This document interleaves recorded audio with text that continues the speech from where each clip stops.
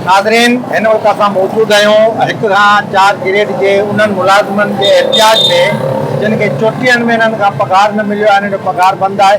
गुज़िरियल जेका peoples party जी हुकूमत हुई उन्हनि में हिननि खे नौकरियूं ॾिनियूं वियूं हुयूं ऐं इहे 1000 खां वधीक जेके आहिनि मुलाज़िम आहिनि, हिननि खे MNA, MPA ऐं ॿियनि जेके पीपल्स पार्टी जे तनज़ीमी उहिदेदारनि पंहिंजी कोटा मां नौकरियूं ॾिनियूं ऐं हिन जी बाक़ाइदे DRC थी ऐं समूरो जेको प्रोसेस मुकमल थियो। उन खां पोइ हिननि खे जेके आहिनि नौकरियूं ॾिनियूं वियूं।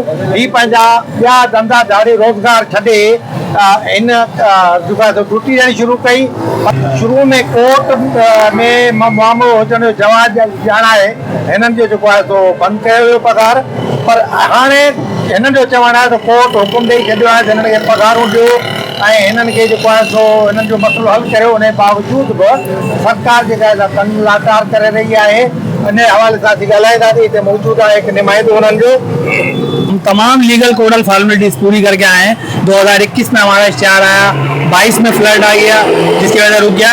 हमारा फिर प्रोसीजर 22 के एंड में स्टार्ट हुआ, जिसमें DC के जो चेयरमैन थे हैदराबाद के रिक्रूटमेंट कमेटी के, DC फवाद अहमद गफ्फार सुमरो साहब, उन्होंने हमारी पूरी रिक्रूटमेंट करी और हम अभी तक टिल डेट हम अपनी ड्यूटी दूर दराज इलाकों में 15-15, 16-16 किलोमीटर जाकर अपनी ड्यूटी फ़राइज़ अंजाम दे रहे हैं। लेकिन अभी तक हमें कोई तनख्वाह नहीं मिली गई है।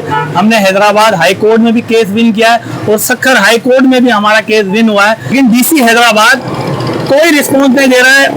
कोड ऑफ ऑर्डर की वायलेशन कर रहे हैं। जे तव्हां ॿुधो त हिननि चयो आहे त असां अञा ताईं बि जेको आहे परे परे इलाइक़नि में जिते असांजी ड्यूटियूं आहिनि असां वञी ड्यूटियूं करे रहिया आहियूं, पंहिंजो अॻूणो रोज़गार विञाए चुका आहियूं ऐं हिन वक़्तु जेको आहे को बि ॿियो रोज़गार न हुजण जे करे ऐं पघार बंदि हुजण जे करे वाक़ाकस जी सूरत हाल आहे। तंहिं करे ज़रूरत इन ॻाल्हि जी आहे त इन मसइले खे फौरी तौर ते हल करे हिननि जूं पघारूं बहाल कयूं वञनि।